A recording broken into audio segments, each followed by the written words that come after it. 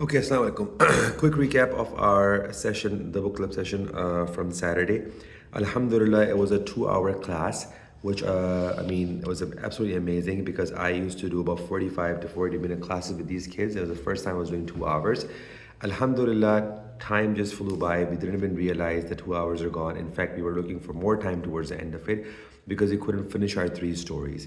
And that tells us that students this age can be engaged if they are finding the lesson relevant to their life, right? So, what is the method of teaching that we use in this session or usually in my classes? Number one, on top of everything, relevance. Why am I learning this? How is it connected to my life? All the examples or references that are given are something that the student experiences himself. It's not outside of his experience, something from history or future or something he's never used himself, right? So relevance, number one. Number two, engagement and interaction.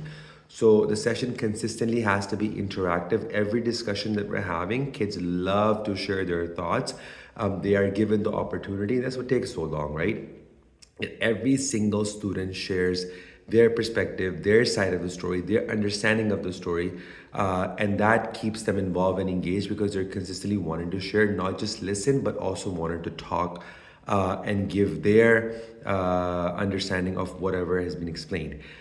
Clarity, that there is no vagueness about the topic. It's very crisp and very clear that what is it the teacher's trying to say. So I keep checking with them. It got a little complicated for the younger ones, but clarity is very important. And why am I learning this? What is the importance of it? Why, kids ask this question to themselves and to the teachers all the time, that how is it going to be an impact in my life? So why is very important. Before we got into the stories, we did the intro in which we kind of discuss how are machines or AI or artificial intelligence or machine learning doing the tasks for us already. So the machines are driving us now, they're cooking for us, they're entertaining us, they're providing knowledge for us. They're doing a lot of things for us, which is opening a lot of time, right? So that time that we're opening, what is happening with that time? Are we learning new skills? Is this evolutionary process of the enhancement of the experience we're getting from machines? Is it making us progress socially, mentally, or is it just something which is creating more ease and more time? And if it's creating more time, what are we doing with that time? And after the discussion, we found out the consensus of the whole group was that we're mostly using the time to either entertain ourselves or do nothing, right? So it's not that machine enhancement is something which necessarily is a bad element, but it all depends on what are we doing with that extra time, right? If the car is driving me and I don't drive myself anymore, and that opens up, let's say, 60, 70 minutes in a day, what am I doing with that 60 minutes? Am I listening to something important, reading a book, learning a new skill, or just trying to scroll YouTube Shorts? So what are we doing with the extra time that we're getting from the machines? Then we got into our first story, the story of Robbie, in which the treatment of the child, who loves the robot a lot, by the way, is not very fair. And she is constantly asking him for more and more. And in return, the poor guy keeps doing everything, and all he asks for is this one story that she tells him every single time. Now, it was very surprising for the students that that story that Robbie is super interested in, that is the story of Cinderella. And Alhamdulillah, we discussed that why is that he's so interested in Cinderella, and kids were able to give their understanding because it's very relevant to his life. He's looking for justice, he's looking for a hero, but the most important element here was Robbie's urge for a supernatural power to intervene in his situation.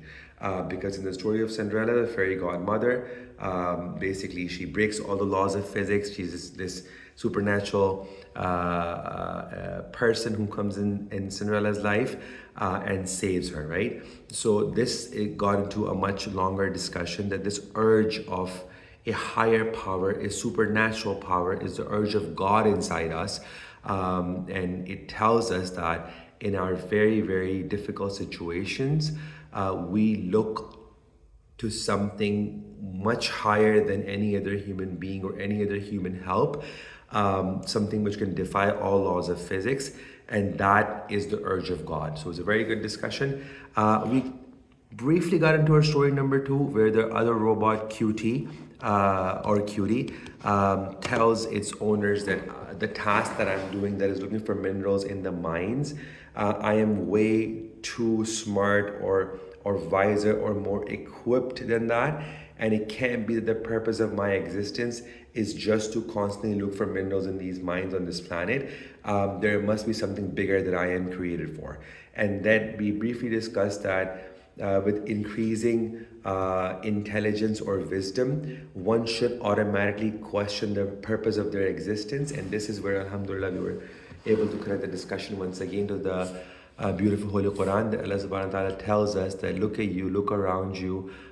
We have given you this ability, this intellect to think, ponder, reflect. Is that for nothing? So if a robot can question the purpose of the existence, how is it that a human being can go from age 10 to age 40 and increase in intelligence, experience, and wisdom, and never question their purpose of existence? So that was our discussion from Saturday. If you want to discuss further in terms of how your child performed, or what was his reactions and expressions, please reach out to me. Inshallah, we can have a detailed discussion. Assalamu alaikum.